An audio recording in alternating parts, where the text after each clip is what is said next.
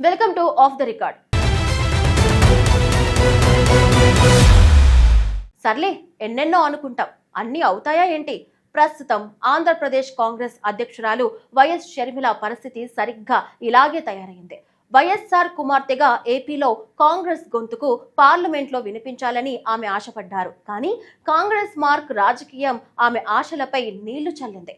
కర్ణాటక నుంచి రాజ్యసభ సీటు సాధించి ఏపీలో పార్టీని పరిగెత్తించాలని చూసిన షర్మిలకు అధిష్టానం ఎందుకు మొండిచేయి చూపించింది? స్థానిక కర్ణాటక నేతల వ్యతిరేకత మాత్రమే దీనికి కారణమా? లేక ఏపీలో షర్మిల నాయకత్వంపై ఢిల్లీ పెద్దలకు నమ్మకం పోయిందా? ఈ పరిణామాల తర్వాత తీవ్ర అసంతృప్తితో బెంగళూరులోనే ఉండిపోయిన షర్మిల ముందడుగు ఎలా ఉండబోతోంది?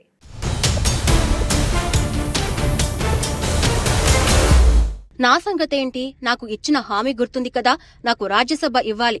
ఇవి వారం రోజుల క్రితం Andhra Pradesh PCC chief YS Sharmila Congress అధిష్టానానికి గట్టిగా గుర్తు చేసిన మాటలు.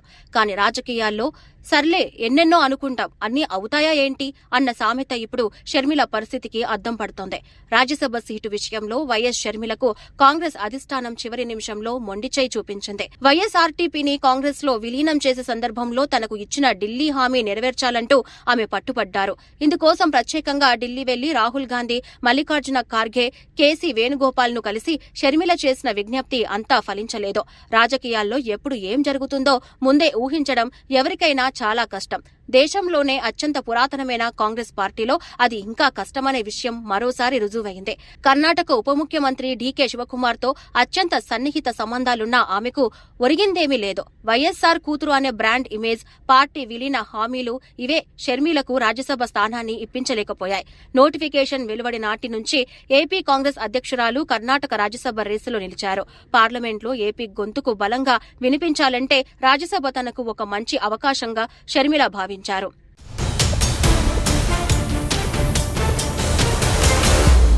రాజ్యసభ స్థానంలో ఏపీలో కాంగ్రెస్ పార్టీని బలోపేతం చేయవచ్చనే బలమైన విషయాన్ని షర్మిల అధిష్టానానికి వివరించారు. ఖచ్చితంగా తనకు రాజ్యసభ సీటు వస్తుందనే గట్టి ధీమాతోనే నిన్నటి వరకు షర్మిల ఢిల్లీ వర్గాల్లో తిరిగారు.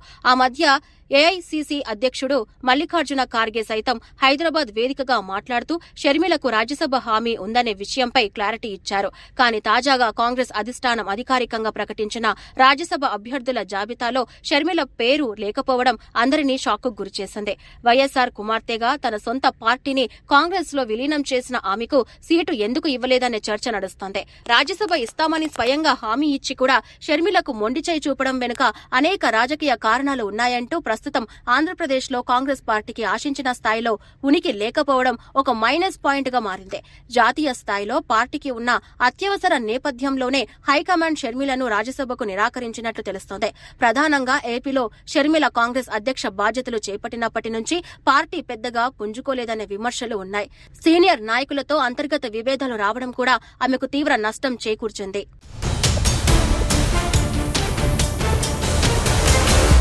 కూటమి ప్రభుత్వానికి వ్యతిరేకంగా పెద్ద ఎత్తున కార్యక్రమాలు చేపట్టకపోవడం షర్మిల వైఫల్యంగా అధిష్టానం భావిస్తోంది. కేవలం తన సోదరుడు జగన్ మీద వ్యక్తిగత ఆరోపణలకే పరిమితం అవ్వడం తప్ప పార్టీకి ప్రయోజన కార్యక్రమాలు చేపట్టలేదని టాక్ నడుస్తోంది.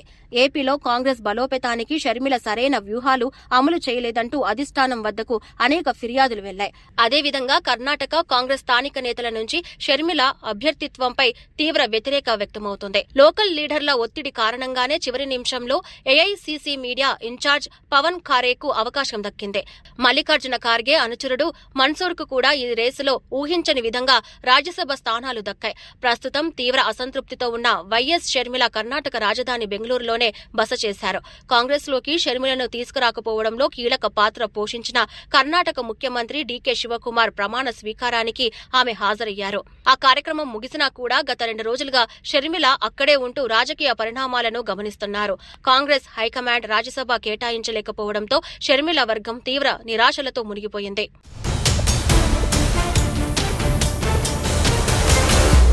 రాజ్యసభ సీటు విషయంలో తనకు ఎందుకు అవకాశం ఇవ్వలేదు అనేది అధిష్టానాన్ని ప్రశ్నించకూడదని షర్మిల భావిస్తున్నారు. వివాదాలకు పోకుండా ఇకపై ఏపీలో కాంగ్రెస్ పార్టీ బలోపేతంపైనే పూర్తి దృష్టి సారించాలని ఆమె నిర్ణయించుకున్నట్లు సమాచారం. ఢిల్లీ పెద్దలు ఇచ్చిన హామీని నమ్మి మోసపోయామనే భావన షర్మిల అనుచరుల్లో స్పష్టంగా కనిపిస్తోంది. సొంత పార్టీని విలీనం చేసుకుని ఈ రకంగా అన్యాయం చేయడంపై వైఎస్సార్ అభిమానులు సైతం మండిపడుతున్నారు. ఏపీ కాంగ్రెస్ కు పూర్వ వైభవం తేవడం షర్మిల వల్లే సాధ్యమని నమ్మిన హైకమాండ్ ఇప్పుడు ఎందుకు యూటర్న్ తీసుకుందో అర్థం కావడం లేదు. దక్షిణాదిలో తెలంగాణ, కర్ణాటకలో సొంతంగా అధికారంలో ఉండటంతో కాంగ్రెస్ జాతీయ నేతలు స్థానిక సమీకరణాలకే ప్రాధాన్యత ఇచ్చారు.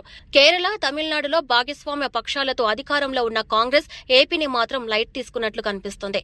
ఏపీలో వైఎస్ కుటుంబానికి ఉన్న క్రేజ్ వాడుకొని తీరా సీటు ఇచ్చేసరికి చేతులెత్తేయడం కాంగ్రెస్ మార్కు రాజకీయం అంటున్నారు. ఈ దెబ్బతో షర్మిల కాంగ్రెస్ పార్టీలో ఎంతవరకు యాక్టివ్ గా ఉంటున్నారనేది ఇప్పుడు $1 మిలియన్ ప్రశ్నగా మారింది.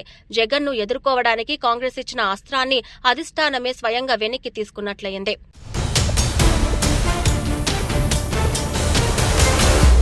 తెలంగాణలో వైఎస్సార్ తెలంగాణ పార్టీని స్థాపించి కేటీఆర్ ప్రభుత్వానికి వ్యతిరేకంగా షర్మిల సుదీర్ఘ పాదయాత్ర చేశారు.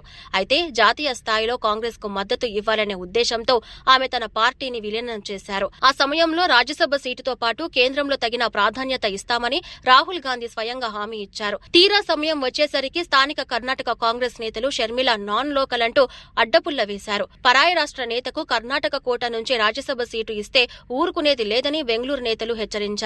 దీంతో హైకమాండ్ స్థానిక నేతల ఒత్తిడికి తలొగ్గి షర్మిల పేరును పక్కన పెట్టక తప్పలేదు. ఏపీలో జగన్మోహన్ రెడ్డిని ఢీకొనడమే లక్ష్యంగా కాంగ్రెస్ కండువా కప్పుకున్న షర్మిలకు ఇది పెద్ద రాజకీయ ఎదురుదెబ్బ. సొంత అన్నను ఎదిరించి కాంగ్రెస్ కోసం పనిచేస్తున్నందుకు తనకు దక్కిన బహుమతి ఇదేనా అని ఆమె అనుచరులు ప్రశ్నిస్తున్నారు. ఢిల్లీ కాంగ్రెస్ పెద్దలు ఎప్పుడు ఇంతేనని, ఇచ్చిన హామీలను నీటి మూటలు చేస్తారని ఏపీ నేతలు గుసగుసలాడుకుంటున్నారు. ఈ పరిణామాల తర్వాత ఏపీ కాంగ్రెస్ అధ్యక్షురాలిగా షర్మిల ఎంతకాలం కొనసాగుతున్నదనేది ఆసక్తిగా మారింది.